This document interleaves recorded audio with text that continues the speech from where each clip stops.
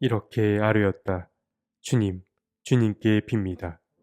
제가 주님 앞에서 진실하게 살아온 것과 온전한 마음으로 순종한 것과 주님께서 보시기에 선한 일을 한 것을 기억하여 주십시오.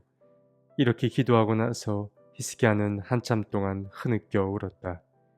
이사야서 38장 3절 말씀. 이사야서 38장은 이사야서 36장에 등장한 남왕국 유다의 왕 히스기야에 관한 이야기가 계속 이어집니다. 오늘의 첫 이야기는 히스기야가 병들었다라는 이야기로 시작됩니다. 남왕국 유다의 왕이었던 히스기야의 이야기는 열왕기하에 등장한 바가 있습니다.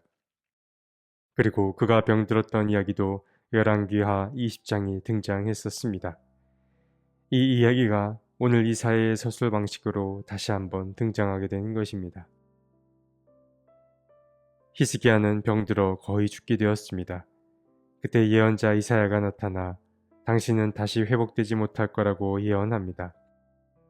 자신의 죽음이 얼마 남지 않았다는 소식을 들은 히스기야는 마음이 무너져 내렸습니다. 그는 수심이 가득한 채로 주님 앞으로 나아갔습니다. 그리고 이렇게 기도합니다. 주님, 주님께 빕니다. 제가 주님 앞에서 진실하게 살아온 것과 온전한 마음으로 순종한 것과 주님께서 보시기에 선한 일 한 것을 기억하여 주십시오. 히스기야는 자신을 죽음에서 건져달라고 기도하진 않았으나 그의 기도의 내용은 자신의 수고와 애씀을 보더라도 죽음이 자신을 지나치게 해달라는 간구였습니다. 그는 이렇게 기도하고 나서 한참을 흐느껴 울었습니다. 사람이 자신이 죽을 때를 안다는 것이 과연 좋기만 한가를 생각할 때가 있습니다. 우리는 종종 우스갯소리로 자신이 떠날 때를 안다면 후회하지 않도록 열심히 살 거라고 말하곤 합니다. 그러나 사람이 자신의 죽음의 때를 알게 되더라도 과연 그때가 다가올 때 평안히 떠날 수 있을지가 늘 의문입니다. 히스기야의 경우만 보더라도 자신이 떠날 때를 아는 사람이 얼마나 슬픔에 겨워하는지를 알 수 있었습니다. 히스기야의 진심이 통했기 때문인지 주님은 히스기야의 기도를 들으시고 응답해 주셨습니다. 주님은 이사야에게 말합니다. 너는 되돌아가서 히스기야에게 일러라. 너의 조상 다윗의 하나님이신 주님께서 이렇게 말씀하신다. 내가 기도하는 소리를 내가 들었고 내가 흘리는 눈물도 내가 보았다. 내가 너의 목숨을 15해 더 연장시키고 너와 이 도성을 아시리아 왕의 손에서 구하고 이 도성을 보호하겠다.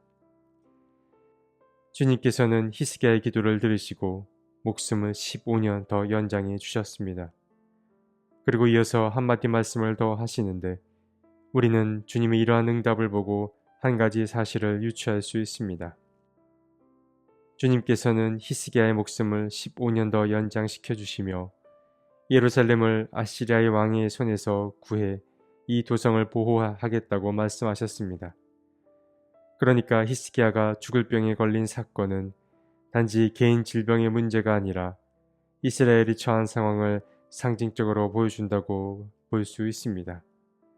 아시리아에 의해 곧 멸망당하게 될 이스라엘 운명의 문제로도 이 이야기를 해석할 수 있다는 이야기입니다.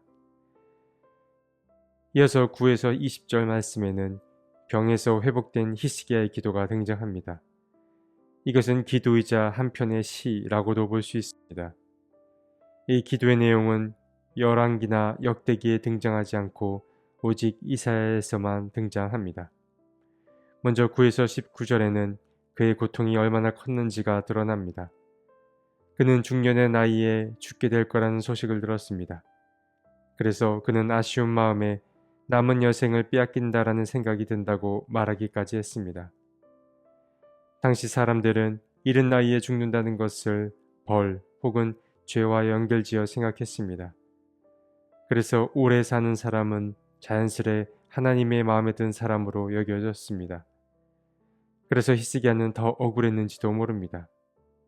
하나님 앞에 진실하고 온전하게 살아왔다고 여겼는데 그 일의 결과가 이른 죽음으로 나타났기 때문입니다. 사실 이러한 이야기는 그저 옛 이야기로만 보기 어렵습니다. 물론 바른 신앙을 가진 사람들은 이른 나이에 죽은 사람이 그렇지 않은 사람보다 더 죄가 많아서 일찍 죽은 것이 아님을 잘 알고 있습니다. 그러나 지금도 여전히 누군가가 당한 고난과 슬픔 그리고 죽음을 죄와 연결지어 생각하는 사람들이 있습니다. 하지만 아픔을 당한 사람이나 그의 가족들을 판단할 권한은 우리에겐 없습니다. 주님께서는 누구에게도 그런 판단의 권한을 주지 않으셨습니다. 물론 자신을 괴롭히던 사람이 고난을 당하면 통쾌한 마음이 들 수 있습니다. 그러나 그러한 마음이 들면 잊어버리려고 노력하는 게 중요합니다. 잠언의 저자가 한 말이 우리의 마음을 무겁게 하기 때문입니다. 그는 말합니다. 원수가 넘어질 때에 즐거워하지 말고 그가 걸려서 쓰러질 때에 마음에 기뻐하지 말아라. 주님께서 이것을 보시고 좋지 않게 여기셔서 그 노여움을 너의 원수로부터 너에게 돌리실까 두렵다. 물론 이렇게 하기가 쉽지 않습니다. 그렇기에 우리는 우리의 약함을 인정하되 주님께 도움을 구해야 합니다. 히스기야는 또한 자신의 이른 죽음 앞에 인간적인 입장에서의 아쉬움도 점점 커져갔습니다. 그는 사람이 사는 땅에서 다시는 주님을 뵙지 못할 것이며 또 이 세상을 사는 사람 가운데 단 한 사람도 이 땅에서 볼 수 없음에 아쉬워했습니다. 뿐만 아니라 그는 스올에서는 아무도 주님께 감사와 찬양을 드릴 수 없다며 자신이 살아있어야만 주님께 감사와 찬양을 드릴 수 있을 거라고 말하기도 했습니다. 히스기야는 이 땅에서의 삶이 끝나가는 것에 몹시 슬퍼하고 안타까워했습니다. 그러나 주님은 그의 기도를 들으셨고 그의 기도에 응답해 주셨습니다. 그의 죽음은 물러갔고 다시 생명을 얻었습니다. 히스기야는 말합니다. 주님께서 저를 낫게 하셨습니다. 우리가 수금을 뜯으며 주님을 찬양하겠습니다. 사는 날 동안 우리가 주님의 성전에서 주님을 찬양하겠습니다. 히스기야는 다시 살게 한 주님께 감사한 마음을 담아 찬양을 드리겠다고 고백합니다. 그러나 우리라는 표현에서도 알 수 있듯이 히스기야의 회복은 곧 남왕국 유다의 회복이라고도 볼 수 있습니다. 그러니까 이른 죽음에 대한 히스기야의 아쉬움은 곧 남왕국 유다의 멸망에 대한 아쉬움이었던 것입니다. 오늘 우리는 이사야서 38장의 이야기를 나누었습니다. 오늘 본문에는 이사야서 28장부터 시작된 이스라엘과 남유다를 향한 하나님의 말씀이 추가적으로 담겨 있었습니다. 그리고 38장에는 남왕국 유다의 왕이었던 히스기야의 죽음 소식과 하나님의 응답이 등장했습니다. 그리고 38장에는 남왕국 유다의 왕이었던 히스기야의 죽음 소식과 또 하나님의 응답이 등장했습니다. 히스기야는 예언자 이사야로부터 자신이 곧 죽게 될 거라는 소식을 듣게 됩니다. 그는 슬프고 충격을 받았지만 무엇보다 무척 억울했습니다. 그는 아직 중년의 나이였고 그의 이른 죽음은 곧 죄 혹은 벌과 연관되었기 때문입니다. 히스기야는 하나님 앞에 진실되게 살아왔습니다. 그는 하나님께 순종하며 주님이 보시기에 선한 일을 하려고 애썼습니다. 그러나 그런 수고의 결과가 이른 죽음으로 나타나게 된 것입니다. 히스기야의 마음을 우리는 충분히 이해할 수 있습니다. 히스기야는 억울한 마음을 주님께 진솔하게 아뢰었습니다. 주님은 그런 히스기야의 기도를 들으셨습니다. 그리고 그의 생명을 15년 더 연장해 주었습니다. 그런데 히스기야의 죽음이 그를 비껴가게 된 것을 개인만의 문제가 아니라 곧 남유다 왕국이 처한 상황으로도 우리는 해석할 수 있었습니다. 그러니까 히스기야의 생명의 기한이 다한다라는 말은 곧 남왕국 유다가 주님의 길에서부터 벗어난 그 일의 결과로도 볼 수 있는 것입니다. 그러나 주님은 히스기야의 기도를 들으시고 자신의 뜻을 돌이키셨습니다. 주님의 기억력은 매우 뛰어납니다.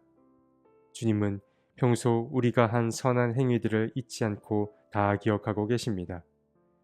주님의 뜻대로 살려고 애쓴 그 모든 것은 주님의 기억 저장소에 다 기록되어 있습니다. 물론 그 반대의 경우도 마찬가지겠지만 말입니다. 여러분께서는 주님께 어떤 존재로 기억되길 바라십니까? 주님의 기억 창고에 이 땅을 아름답게 가꾼 자들로 기억되는 우리 모두가 되었으면 좋겠습니다. 하나님, 우리는 연약합니다. 그리고 자주 넘어집니다. 그리고 자주 주님의 뜻에 어긋난 선택들을 하며 살아갑니다. 주님, 우리를 불쌍히 여겨 주십시오. 시간이 더 흐르기 전에 우리가 주님의 기억 속에 기쁨의 존재로 자리 잡게 해 주십시오. 아멘.